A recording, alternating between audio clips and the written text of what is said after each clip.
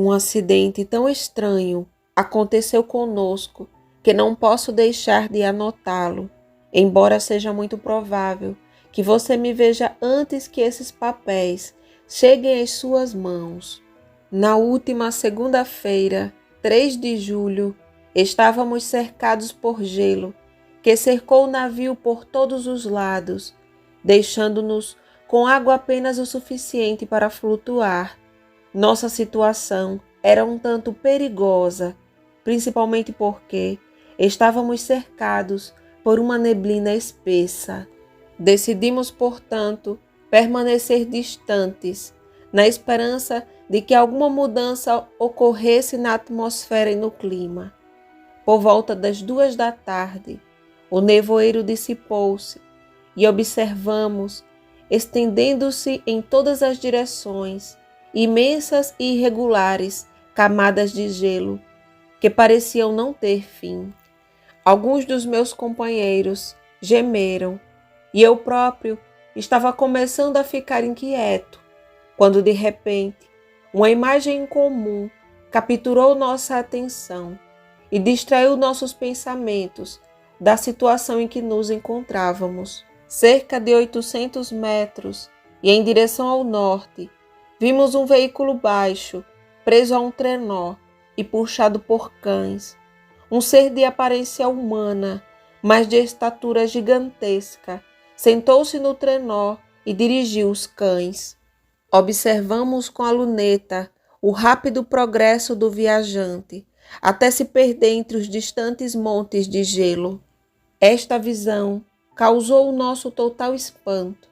Acreditávamos estar a muitos quilômetros de qualquer terra, mas esta aparição parecia mostrar que na realidade não estávamos tão longe quanto supunhamos. Mas, rodeados como estávamos pelo gelo, era impossível seguir o rastro do homem que havíamos observado com a maior atenção. Cerca de 2 horas depois, ouvimos o ruído do mar e antes do anoitecer o gelo quebrou, liberando o nosso navio. Porém, permanecemos lá até a manhã seguinte, com medo de encontrar-nos com aqueles grandes icebergs soltos que flutuam depois que o gelo se quebra. Aproveitei esse tempo para descansar algumas horas. Pela manhã, assim que amanheceu, saí para o convés e encontrei toda a tripulação aglomerada em um dos lados do navio, aparentemente conversando com alguém de fora do navio. Na verdade, sobre um grande fragmento de gelo que se aproximou de nós durante a noite, havia um trenó semelhante ao que já tínhamos visto. Apenas um dos cachorros permaneceu vivo, mas havia um ser humano no trenó, que os marinheiros tentavam persuadir a embarcar no navio. Ele não parecia como o viajante da noite anterior, um habitante selvagem de alguma ilha inexplorada, mas um europeu. Quando apareci no convés, meu segundo oficial gritou: "Aqui está nosso capitão. Ele não permitirá que você morra em mar aberto." Ao me ver, o homem se dirigiu a mim em inglês, embora com sotaque estrangeiro. "Antes de embarcar no navio," disse ele, "você poderia fazer a gentileza de me dizer para onde está indo?" Vocês podem imaginar minha surpresa ao ouvir tal pergunta dos lábios de uma pessoa à beira da morte e para quem eu teria pensado que meu navio oferecia um recurso que não teria sido trocado pelas maiores riquezas do mundo. Respondi, porém, que íamos para o Polo Norte numa viagem de exploração. Isso pareceu satisfazê-lo e ele consentiu em embarcar. Puxa, Margaret, se você tivesse visto o homem que assim pôs condições à sua salvação, a sua surpresa teria sido ilimitada.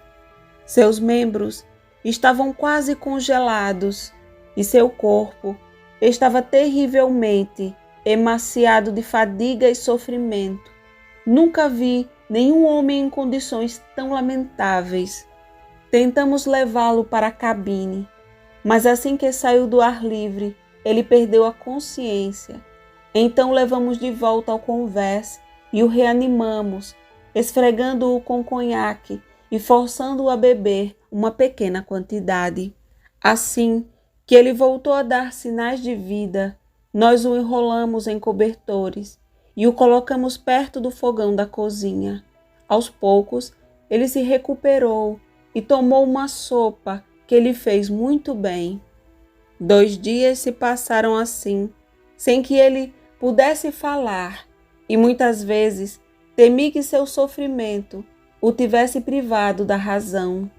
Quando ele se recuperou um pouco, levei-o para minha cabine e cuidei dele tanto quanto minhas obrigações permitiam. Nunca conheci ninguém mais interessante. Ele geralmente tem uma expressão exaltada e louca nos olhos, mas há momentos em que, se alguém lhe dá alguma atenção ou lhe presta o menor serviço, seu rosto se ilumina com uma benevolência e uma ternura que não vi em outro homem. Mas geralmente é melancólico e resignado. Às vezes ele cerra os dentes, como se estivesse impaciente com o peso dos males que o afligem. Quando meu convidado se sentiu um pouco melhor, tive dificuldade em protegê-lo do assédio da tripulação, que queria lhe fazer 1000 perguntas. Não permiti que o atormentassem com a sua vã curiosidade, pois ainda se encontrava no estado físico e moral, cuja recuperação dependia inteiramente do repouso.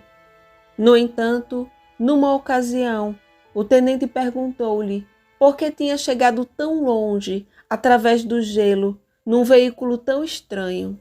Uma expressão de dor cobriu imediatamente seu rosto, e ele respondeu: "Vou em busca de alguém que fugiu de mim." "E o homem que você perseguia viajava de maneira semelhante?" "Sim." "Então acho que já vimos, porque um dia, antes de te buscarmos, vimos uns cachorros puxando um trenó no qual andava um homem." Isso despertou a atenção do estranho, e ele fez muitas perguntas sobre o rumo que aquele demônio, como ele o chamava, havia tomado.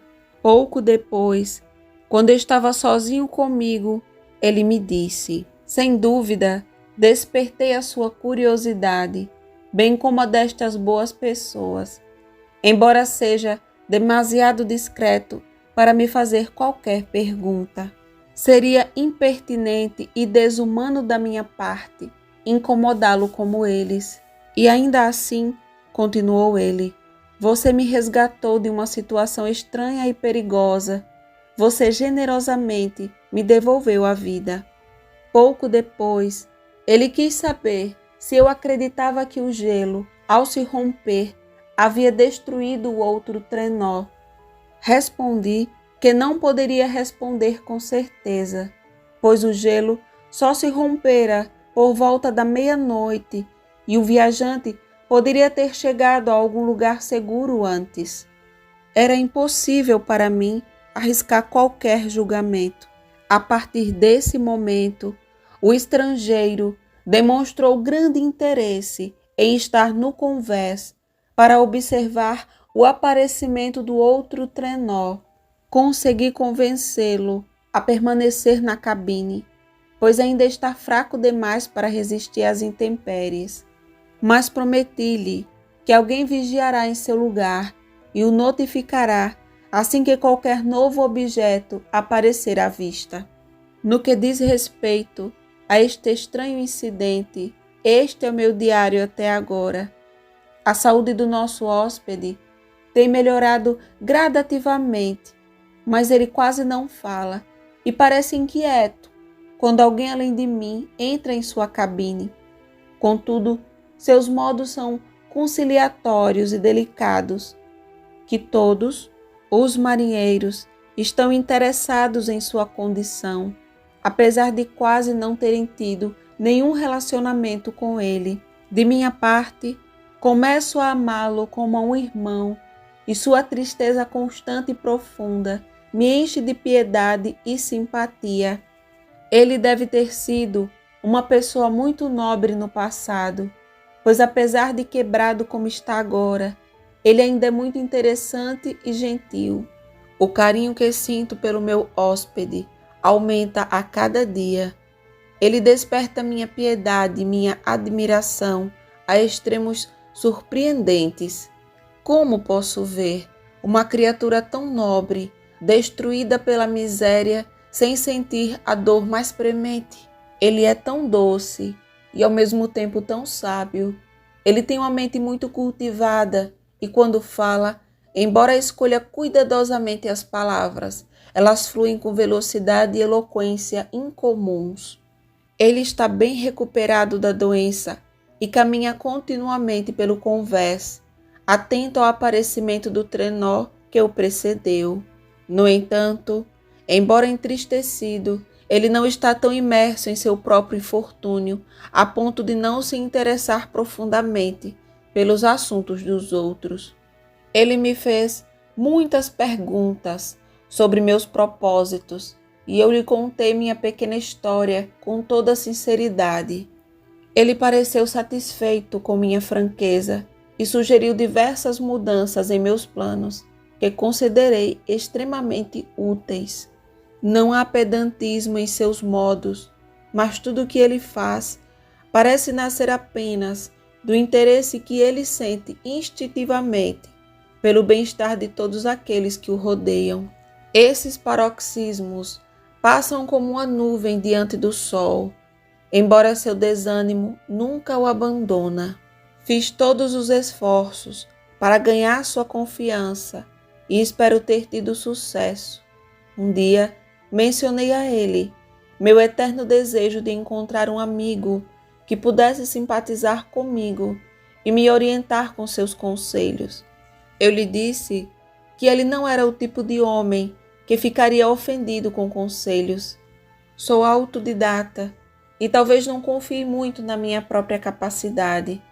Portanto, gostaria que meu amigo fosse mais sábio e experiente do que eu, para que eu pudesse contar com ele. Também não acho que seja impossível encontrar um amigo verdadeiro.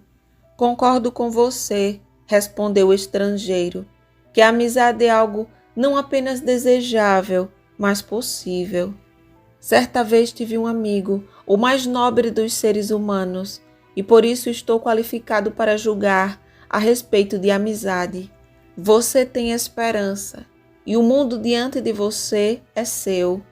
E você não tem motivos para se desesperar, mas eu perdi tudo e não posso recomeçar a vida. Ao dizer isso, seu rosto assumiu uma expressão de dor, serena e resignada, que tocou meu coração. Mas ele permaneceu em silêncio e logo retirou-se para sua cabine. Ontem, o estrangeiro me disse: "Você pode ver facilmente, Capitão Alton, que sofri grandes e singulares infortúnios.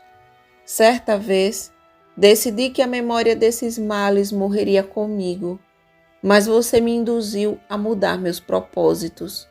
Você busca conhecimento e sabedoria, como eu fiz uma vez. Espero fervorosamente que o fruto dos seus desejos não se torne para você uma cobra que te morde, como aconteceu comigo. Não creio que a história dos meus infortúnios lhe seja útil, mas se quiser, ouça a minha história. Penso que os estranhos acontecimentos a ele ligados poderão proporcionar-vos uma visão da natureza humana que expandirá as vossas faculdades e conhecimentos e vos revelará poderes e acontecimentos que estáis habituados a acreditar impossíveis. Mas não duvido que ao longo da minha história sejam comprovadas as evidências internas da veracidade dos acontecimentos que a compõem. Como você pode imaginar, fiquei muito lisonjeado com a confiança que ele depositou em mim, mas me doeu que ele reacendeu seu sofrimento, me contando sobre seus infortúnios. Eu estava ansioso para ouvir a narrativa prometida, em parte por curiosidade e em parte pelo desejo de aliviar seu destino, caso isso estivesse ao meu alcance, e expressei isso em minha resposta. Agradeço sua gentileza, respondeu ele, mas é inútil. Meu destino está quase cumprido. Espero apenas por um evento e então descansarei em paz. Eu entendo o que você sente, continuou ele, percebendo que eu queria interrompê-lo. Mas você está confuso, meu amigo. Se é assim que posso chamá-lo. Ouça minha história e você verá como é irrevogavelmente determinado. Ele então me disse que começaria sua história no dia seguinte, quando eu estaria mais livre. Esta promessa provocou minha mais profunda gratidão